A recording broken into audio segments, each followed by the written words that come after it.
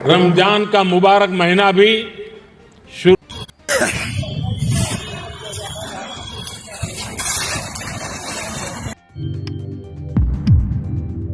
अस्सलामुअलैकुम आदाब दोस्तों, मैं हूं शम्स सईद और आप देख रहे हैं हर खबर आप तक।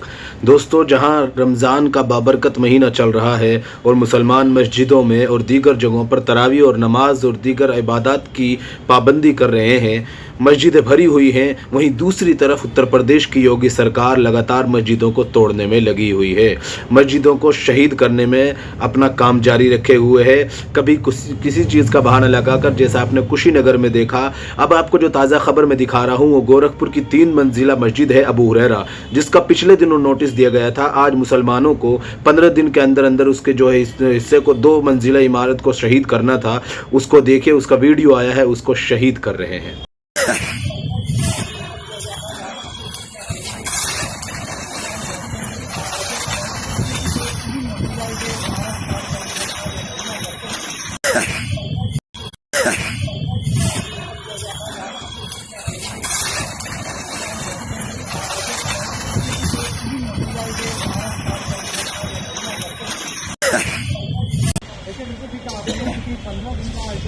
मस्जिद का नाम क्या है?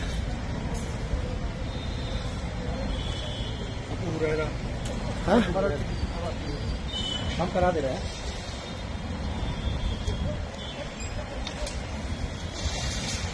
अबू हुरैरा ऐसे बिल्कुल ठीक है।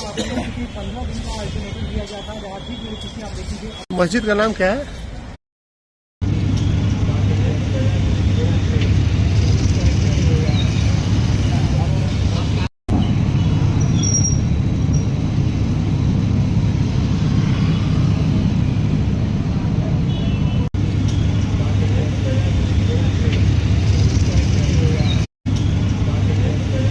आपने ये वीडियो देखा दोस्तों, तो आपको अंदाज़ा हो गया होगा किस तरह से उत्तर प्रदेश की जो योगी सरकार है वो अपना तानाशाही रवैया जिसे कहते हैं वो लगातार जारी रखे हुए है। ऐसा आरोप लगाया था कि इन लोगों से ये जो ज़मीन है ये बड़ी मस्जिद लेकर छोटी मस्जिद के लिए दी गई थी, उसके बावजूद इसको आज ये लोग शहीद कर रहे हैं रमज़ान के इस बाबरकत महीने में। वहीं दूसरी तरफ हमारे देश के जो प्रधानमंत्री हैं वो रमज़ान की मुबारकबाद देते हैं। आप देखिए कि बीजेपी का जो दोहरा चरित्र है उसको समझिए कि किस तरह से बीजेपी मुसलमानों के साथ एक तरफ धोखा करती है और बड़े लेवल पर मुबारकबाद देती है। ईद की भी मुबारकबाद देते हैं प्रधानमंत्री जी, होली दिवाली सबकी देते हैं, लेकिन उन्होंने रमज़ान का जो मुबारकबाद दिया है उसको भी देखिए और समझिए।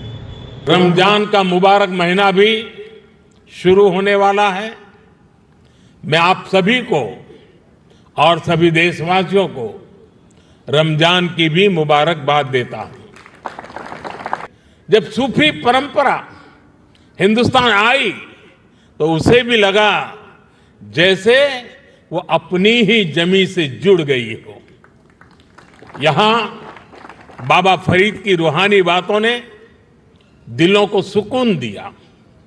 हजरत निजामुद्दीन की महफिलों ने मोहब्बत के दिए जलाए।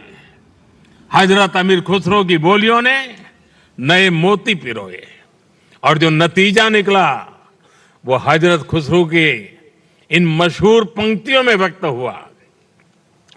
बन के पंछी भय बावरे, बन के पंछी भय बावरे, ऐसी बिन बजाई सांवरे, तार तार की तान निराली, जुम रही सब वन की डारी। भारत में सूफी परंपरा ने अपनी एक अलग पहचान बनाई। सूफी संतों ने खुद को महज मस्जिदों या खानकाहों तक सीमित नहीं रखा। उन्होंने पवित्र कुरान के हर्फ पढ़े तो वेदों के स्वर भी सुने। उन्होंने अजान की सदा में भक्ति के गीतों की मिठास को जोड़ी और इसलिए उपनिषद, जिसे संस्कृत में एकम सत विप्राहा बहुधा वदंती कहते थे, हजरत निजामुद्दीन औलिया ने वही बात हर कौम रास्त राहे दिने व किबला गाहे जैसे सूफी गीत गाकर कही। अलग अलग भाषा, शैली और शब्द लेकिन संदेश वही।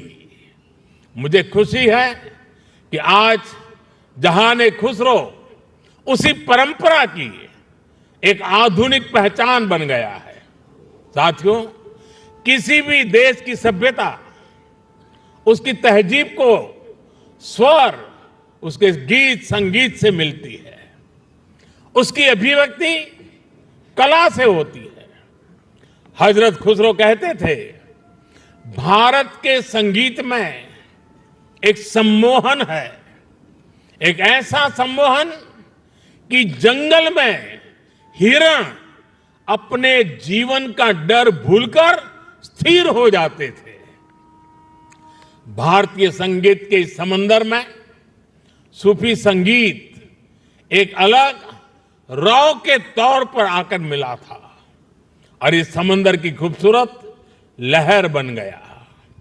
जब सूफी संगीत और शास्त्रीय संगीत की वो प्राचीन धाराएं एक दूसरे से जुड़ी तो हमें प्रेम और भक्ति की नई कल सुनने को मिली। यही हमें हजरत खुसरो की कवाली में मिली, यही हमें बाबा फरीद के दोहे मिले, बुल्ले शाह के स्वर मिले, मीर के गीत मिले। यहां हमें कबीर भी मिले, रहीम भी मिले और रसखान भी मिले। इन संतों और औलियों ने भक्ति को एक नया आयाम दिया। अंत में आपसे निवेदन है कि आप हमारे इस चैनल को सब्सक्राइब ज़रूर कीजिएगा और हमारे फेसबुक पेज हर खबर आप तक को भी ज़रूर फॉलो कीजिएगा, ताकि आप तक वो खबरें पहुंचती रहें जिनको गोदी मीडिया नहीं दिखाता है। ख़ास तौर से वो छोटी खबरें बनाकर जिनको गुजार दिया जाता है, वो इम्पोर्टेंट खबरें आप तक पहुंचती रहें। फिलहाल इन तस्वीरों में इतना ही। आगे फिर मुलाकात होगी आपसे किसी ऐसी ही खबर के साथ। तब तक के लिए जय हिंद, धन्यवाद दोस्तों।